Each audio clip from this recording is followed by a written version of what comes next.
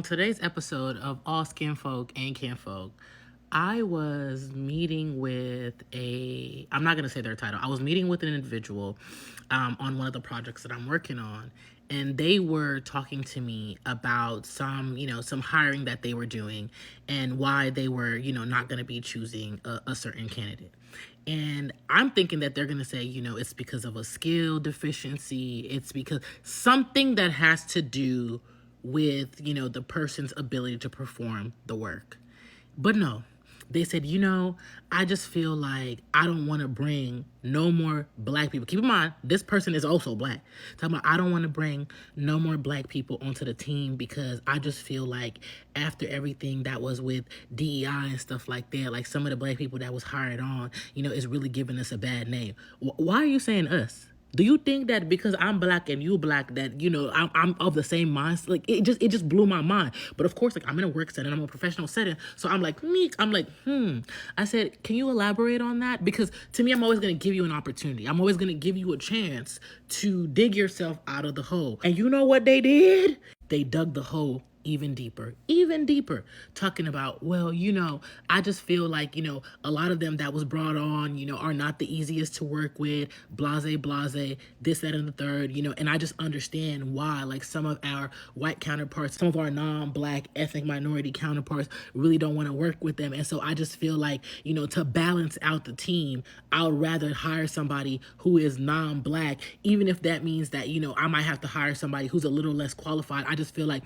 they're going to be easier to work with. And I just looked at them and I said, as somebody who is, a third party in all of this, because I am not a direct employee, I'm a third party. And what I would tell you is I really think that you need to rethink how you're going to approach that, because I don't think that that's the right reason to not hire somebody based on the fact that, you think that, oh, they're going to be difficult to work with or this and that, if they haven't necessarily shown you those qualities in their interview. If they've presented well, if they, they meet all the skills, they meet the basic qualifications and everything like that, like, you should be selecting the most qualified candidate. And they was like, well, I want to pick somebody that I'm going to get along with. I want to pick somebody who's going to have my back. I want to pick somebody who's not going to challenge me, who's not going to give me a lot of pushback, because, that's an easier working environment for me. And I don't want to have to deal with somebody who's going to give me all this back talk or who's going to challenge some of the ideas that I have. And I'm just like, you do understand that those challenges is what breeds innovation. It's those challenges that really advance organizations, because that is what identifies gaps that currently exist.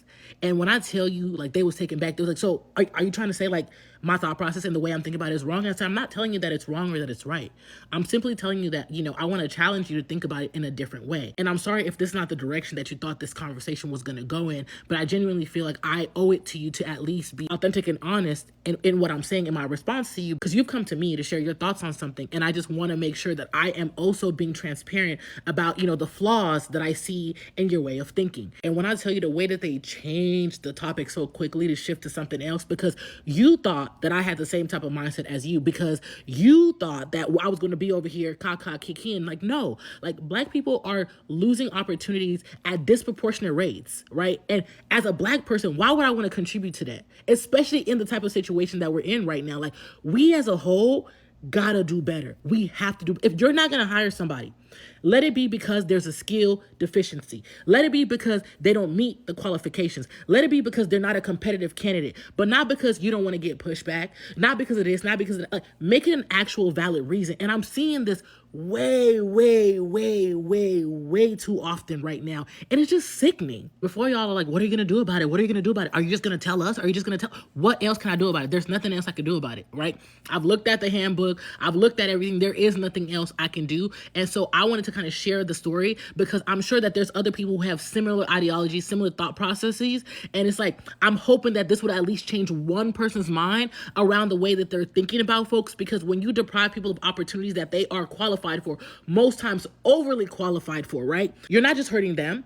You're hurting yourself, and in turn hurting the business, because that person could have came in and brought in innovation that could have driven the business forward, ultimately putting more money in your pocket because it was contributing to the business's bottom line. So think bigger and be better.